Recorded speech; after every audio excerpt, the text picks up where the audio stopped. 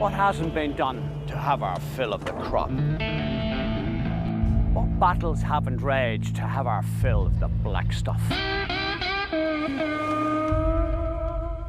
Black treacle, black gold. From this crude elixir, the fuel of invention, the juice of F1. And our imaginations fired again. Look at Sebastian Vettel fly here. One spark, a season reignited. It is Hamilton and Vettel again. One splutter, a malfunction in the rig. Unbelievable. It's a non-start, not even a non-finished. What hasn't been done to find more? The mysteries of drilling and hoping. That one day, the well will deliver. Oh my goodness, it's going to be a run to the line. From the crude to the fine-tuned. From the deep into the light. Ferrari take victory. The dark refined into the clear. The master of Montreal comes through to take his 6th victory in Canada. The boys from the black stuff return to their spiritual home. Welcome to the oil fields. Welcome to Azerbaijan. Take a ride on my bottleneck slide. Well, firstly, right off the bat, I would like to apologise on behalf of myself and Channel 4 for getting you here under false pretenses. There is no virtual reality without the headset. There's no George Clooney and there's no Justin Bieber performance. Hey, I did what I had to do to get you here, okay? I wanted your company. The good news is Eddie and DC are with us. Even better news is your questions have been coming in their droves. Welcome to the Fan Forum. Got a great question right off the bat here, something we haven't discussed, chaps. This comes from Barry. Did Vettel's sideswipe loosen Hamilton's headrest and force him to pit? Ooh. It's possible. It is possible. But I think, as DC knows very well, those two clips, they should hold in. I mean, it was a wheel-to-wheel contact. If that was the case, then maybe the steering would have given up as well, or the steering, right? I think that's a bit presumptuous. Probably not. You know what I'm more concerned about?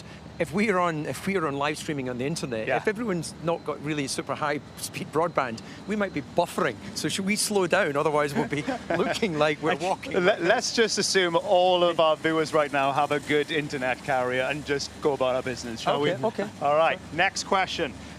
This is from J99 Productions. Do you think Vettel should have had a harsher punishment? Put him in the stocks. I mean, what do you think? I mean, that's obviously going down the avenue that he purposefully drove up alongside Lewis and nudged into him. And I'm kind of thinking that's true. What do you think, EJ? Look, I've said on the main show, I said that I thought you must never, ever, as a sports person, or even in life generally, you must never take the law into his own hands. He did that. He, in my opinion, no question about it, he turned in on him. That's my opinion. We haven't seen his hands, and I know that change of direction on the steering wheel would have been the absolute proof. But leave it the way it is. There is no doubt that he turned into him, in my opinion.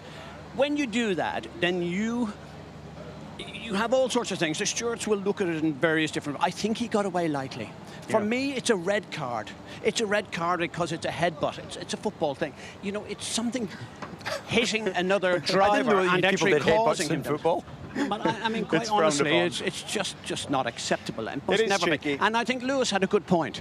There are kids who are racing and will be racing for their future as they're going along. Well, and to see that that's going to be acceptable in Formula One is not absolutely ever Tom acceptable. Sampson here says, do you think we saw... Rich says, was Hamilton hinting at a punch-up with Vettel in his interview with Lee? Rich, real men solve problems with their words. You use your mouth hole, am I right? Speak, Eddie, I'm talking to you. I think that they were remarkably refrained. Actually, I was surprised. I thought that Vettel was quite contrite because he realised that he made a big mistake. He should never have done that. So he was contrite in his remarks to Lee. Lewis was a bit more measured, but I don't think there's any animosity long-term with those two. Channel4.com is exhausting. Do you want to catch your breath? How far are we walking? I'll tell you what. You take a 5, stopped. or at least take a 1:30. Karun caught up with Toto Wolff earlier on. Let's find out what Toto thinks about all this. Toto, that was a bonkers race. I don't know what other word to use. It was complete madness. I mean, you got a car on the podium. Valtteri did a good job on the final lap. Yeah, very good job to catch up. You wouldn't have believed that when he was 1.5 laps down. And talk to me about Lewis, because he's had a really complicated race. First of all, the incident with Seb. We just heard Seb saying he felt that Lewis brake tested him and he feels that Lewis should have been penalised as well. What do you think? I think the emotions go very high in the car. And the FIA penalized him with the 10-second stop-and-go penalty, and the result is done. So it makes no sense to moan about it. And you think that 10 seconds, that's fair enough? You know, that's the end of story now. Well, we can't rewind and have a different race result. So you just need to think about tomorrow and not about what happened an hour ago. And the headrest, I mean, that looked pretty dramatic, driving around 200 miles an hour with his hand out of the cockpit. What happened there? I don't know. We need to see whether it came loose, broke, or whether it wasn't properly attached. I don't know. I haven't got the answer yet. But the next headrest went in and just stayed located for the rest of the race. Yeah, thank God, yeah. All right, bad luck with that. Thanks. Yeah, bad luck indeed. We're in Parc Fermé at the moment, as you can see. This is where they will scrutinise the cars, DC. Make sure they're all ship-shape. Nothing's been tampered with. Even more importantly, where DC in his crowning glory up there on the podium not long ago. He got out of that booty, didn't he? I got emotional, I'll be honest. Every podium in Formula 1 has great. always been special to me. They didn't seem quite so happy, actually. I tell you, he didn't seem top of the world. Valtteri Bottas, he seemed a bit, and it was an extraordinary achievement. What he did today. It was, and he knows that's a comeback from what was a awkward situation running into Raikkonen, and I think he has to accept the lion's share of responsibility for that. He's given back some good points to the team, and certainly he had no pay. And here, this is him running into turn 2. Raikkonen on the outside, give some space.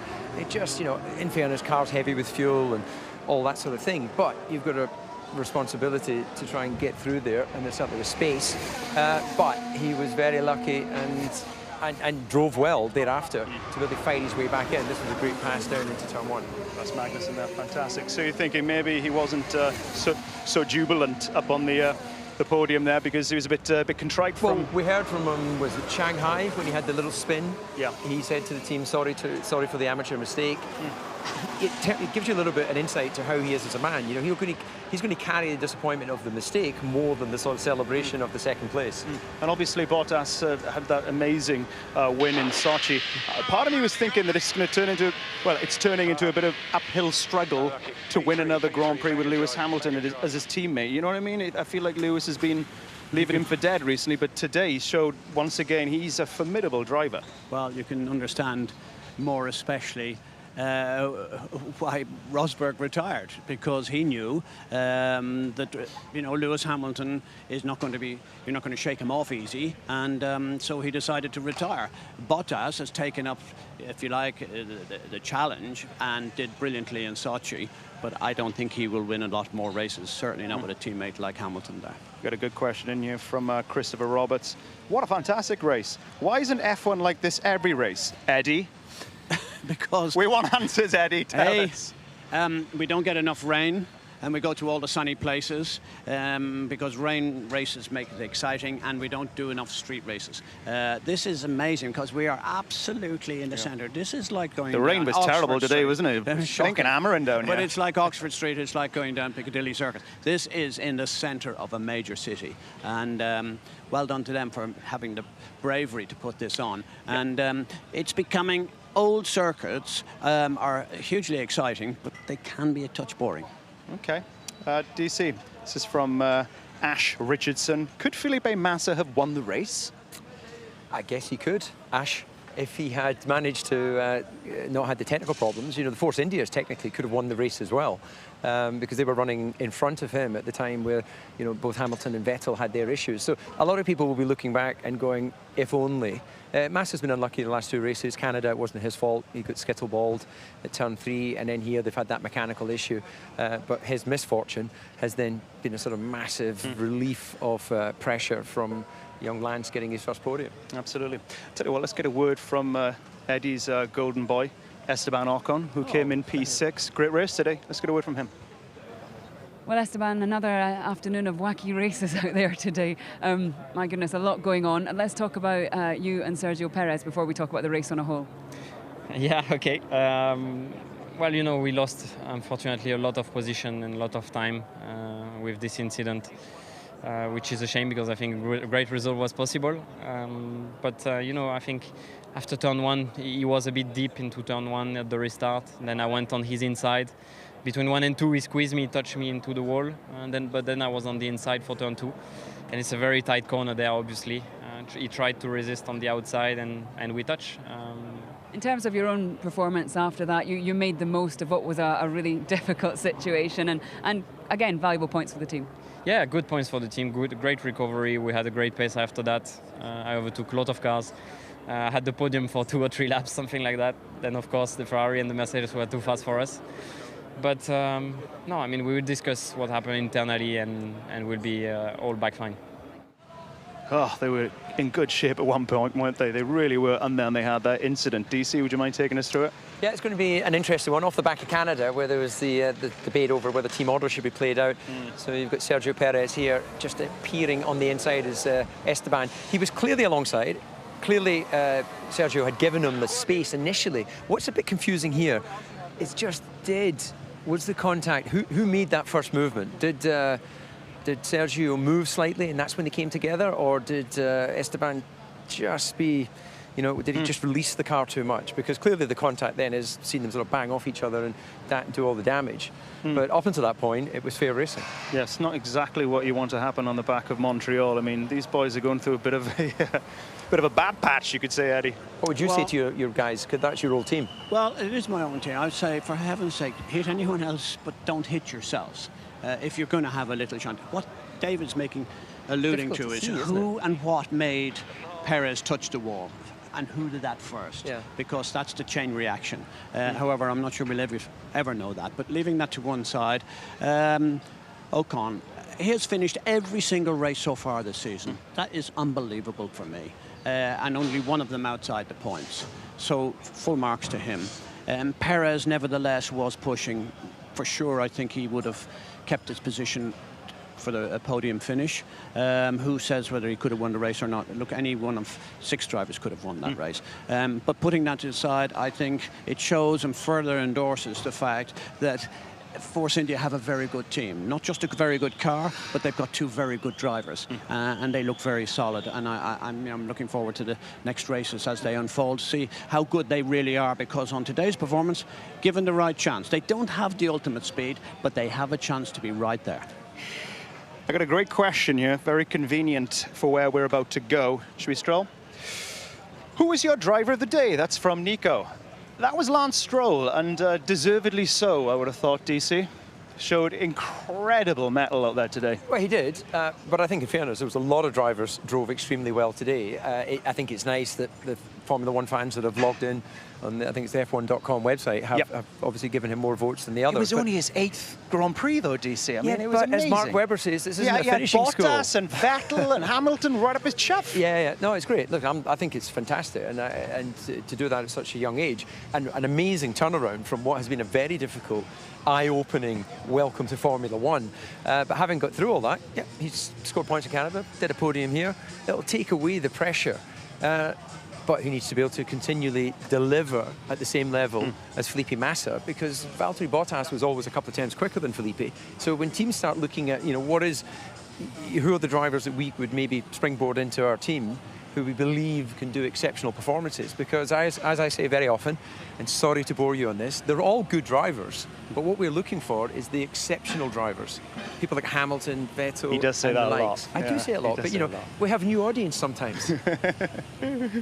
It will put pressure under Massa. Yeah, that's for sure. And because this was exactly what Massa didn't need. We're about to be run over by a Haas, I think. Let's squeeze in here. Tell you what, whilst we avoid this Haas car, here's Lance Stroll himself. I'm sure he's walking on cloud 9, is that a saying? Yeah, why not, whatever. Sure. Well, Lance, I'm not even sure where to start. Huge congratulations. I think the smile says it all. How are you feeling? It hasn't sunk in yet. I think it's so amazing. You dream about this moment your whole life, getting onto a Formula One podium, and it all just happened so quickly. The race the race was amazing. There was so much carnage and so much happening, but I just stayed cool, stayed in the moment, lap by lap, and just missed out on P2 at the end. It was such a close finish with me and Valtteri, but he was just a bit too quick on that last on the front straight with the DRS. So yeah, just missed out on P2, but all in all, I'm so happy for myself, for the team. I think it was amazing. Describe those closing stages. Did it feel like the closing stages of any other race that you'd been part of? Do you just become a racing driver, or do you understand the enormity of what you're about to achieve? No, I was just in the moment. I mean, I wasn't thinking about all that. I was just thinking corner by corner, you know, the same way I've been thinking my whole life since I started in karting. Of course, I knew that the reward would be amazing, but at that moment, I wasn't thinking about that. I was just like in the zone, doing my thing, and I was in a flow. And there was a couple iffy moments. I touched the wall a little bit in turn 3, so I was like, okay, keep it cool, bring it home. But yeah, my engineer was giving me amazing communication the whole race, keeping me cool, keeping me calm, keeping me happy as well. You know, and that's why we do this. You know, for these moments, it's a love-hate relationship. You have hard days, good days, but these days feel so special. Well, we're loving your progress. Points last time out, podium this time out. Goodness knows what happened. What goes on in Austria? There'll be good weekends, there'll be bad weekends. You always have to remember that. It doesn't get easier racing, so we just got to keep doing what we do, get through the hard moments, enjoy the good moments, and keep on going. Well, enjoy this one. Well done. Thank you. Lance Stroll there. We've just heard from the stewards that they have awarded 3 penalty points to Sebastian Vettel. They believe he did intentionally drive into Lewis Hamilton. That puts his grand total of a grand total of 9. If he's awarded 3 more within the 12-month period, he will have a race ban. So he's got to be a good boy for many races to come, essentially. That puts the pressure on, doesn't it? Yeah. Well, is that a surprise? Not for me.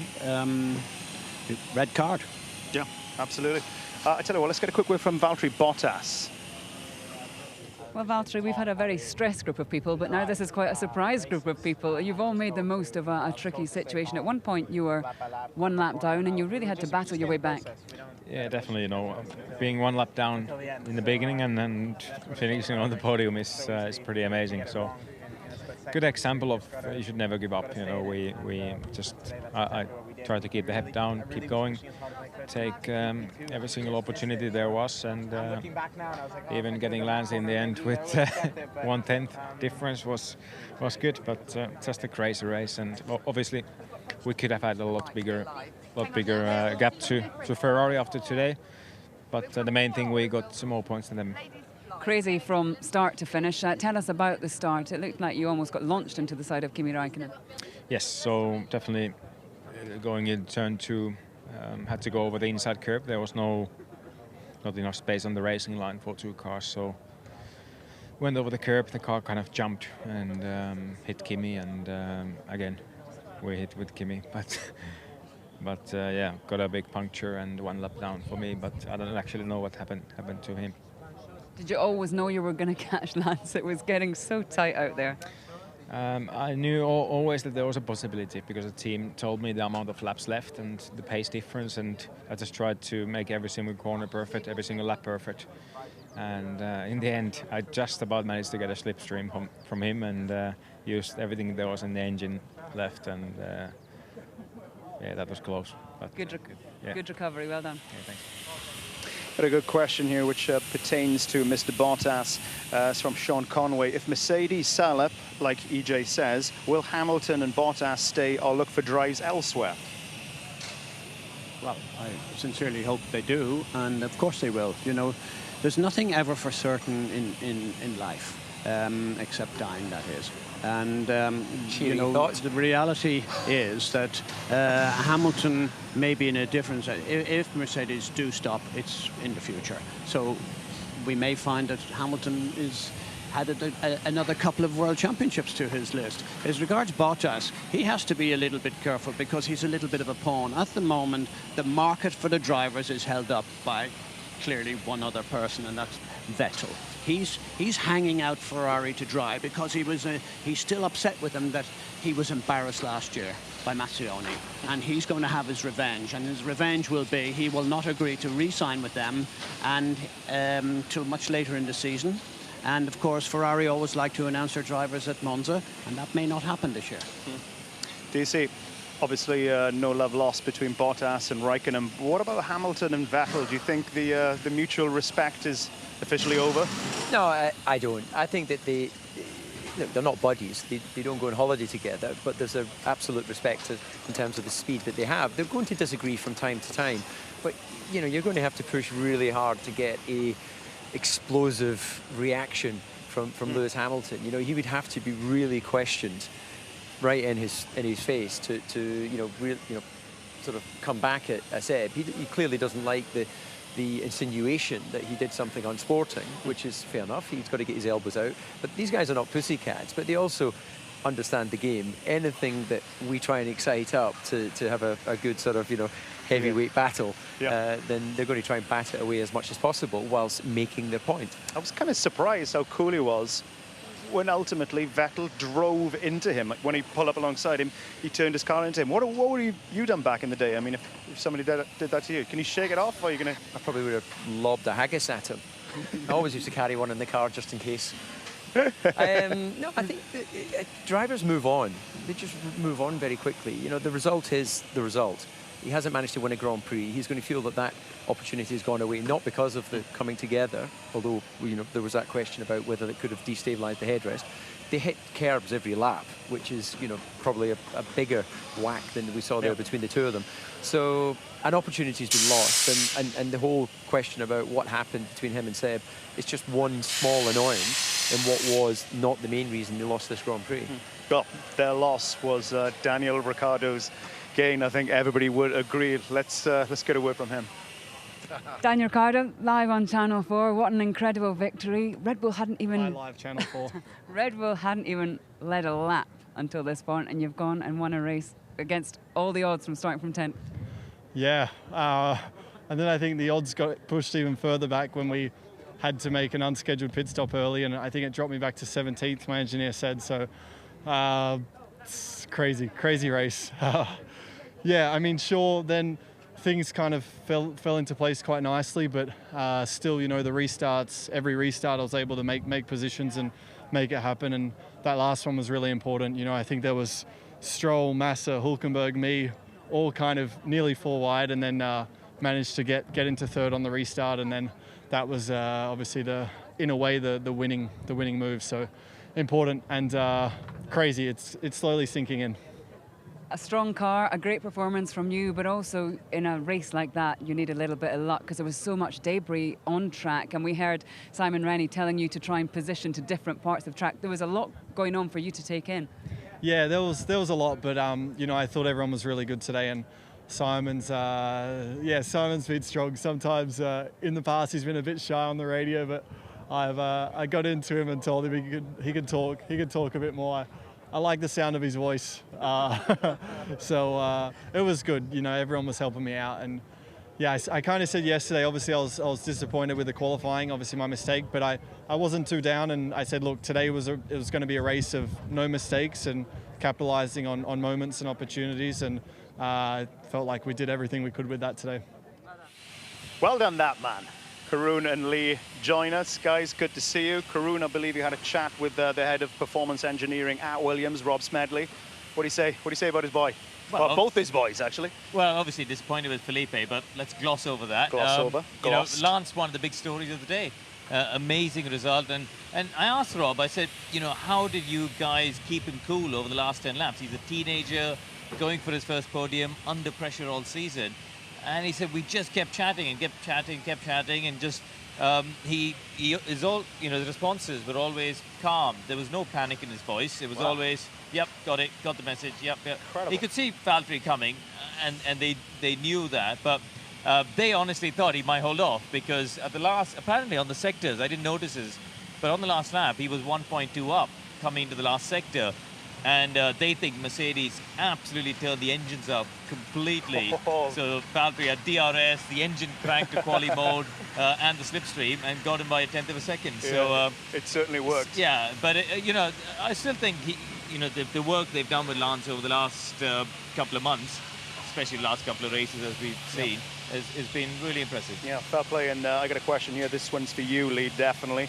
You spend more time with him than anybody else. This is from Ross. How can Max bounce back after retiring 4 times in the first 8 races? To build on that, firstly, did you speak to him? No, I've just, this has just reminded me, he didn't turn up at the pen today. He didn't? So probably he was watching the race and realised there was so much going on that he might slip under the radar. We've got him. Oh no, this is Daniel, Ricciardo. Us, this is actually happening right now, live, just behind us. Just there. Good on that man. He's going to shake a bottle or two in a moment, I would have thought. And I think that will hurt Max Verstappen also because, you know, it's one of these things that they get on well as teammates, but Max Verstappen is a little bit like Sebastian Vettel. He needs things on his own terms. And it won't just be the fact that it's 4 out of 6 in terms of DNFs, but also the fact that his teammate then goes on to win this race, that is going to hurt him. Yeah, but he will bounce back, of course he will. I mean, of course he will. You know, asking the question means you don't even know Max Verstappen, Ross. Come on, it's Max. He'll bounce back. Eddie, a lot of stuff coming in about Vettel here. Will there be a backlash against Seb for driving, well, so ruthlessly out there? I don't think so. I think people move on, as we've already said. They're not even thinking about what's happening. They might love it a little bit as well. He's overcome a few backlashes, to be fair. You know, he used to get booed on all the podiums he would get on because of that battle with Mark Webber. So he has sort of like, he had risen above that for a while, but it'll be interesting to see what happens now. At least he's letting the car do the talking this year, because when he opens that mouth, woo-wee, effing and jeffing all over the place. But just to finish on him, he hasn't forgotten, because he was able to list off all the little problems that he's had with Hamilton in the past. Each race, you know, he has it all stored away up there. Yeah. I got a question here for DC. What do the drivers do with those massive trophies they win? That's from Paul Mitchell. Depending on the contract, then you either keep the original or you have the option to buy a replica. Oh, really? Yeah, so that's disappointing. Red Bull, they take the originals, and then the race drivers can... It's a bit disappointing, but I tell you what will not be disappointing. Austria in 2 weeks' time. Have a sniff of this.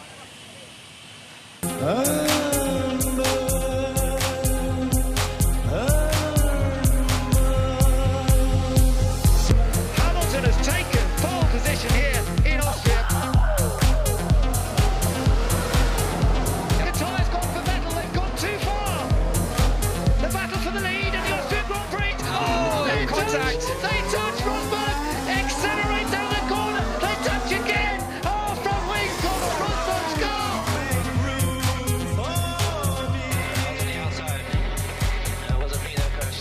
Lewis Hamilton, unbelievably, who is going to win the Austrian Grand Prix. More of the same in 2 weeks' time, please, Austria. We have 25 seconds left of internet time. One line from everybody, please, starting with this man. I'm going to say bonkers again.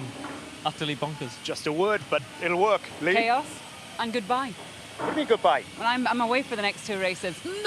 We'll FaceTime. Eddie?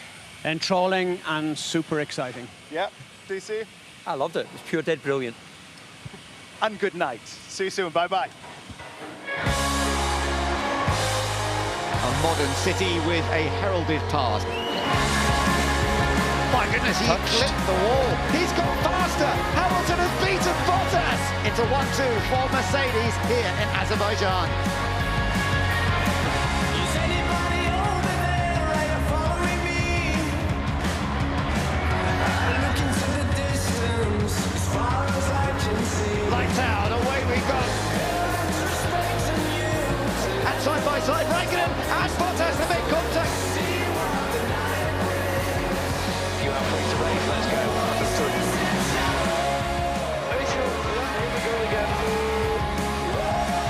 Vettel on the Williams at the inside, he's trying to give him space, and the 2 Force Indians touch. Ricciardo's into third if he can make the corner. It is box. Where's Hamilton? Hamilton, he's behind him, but it's Daniel Ricciardo who leads this race over Lance Stroll.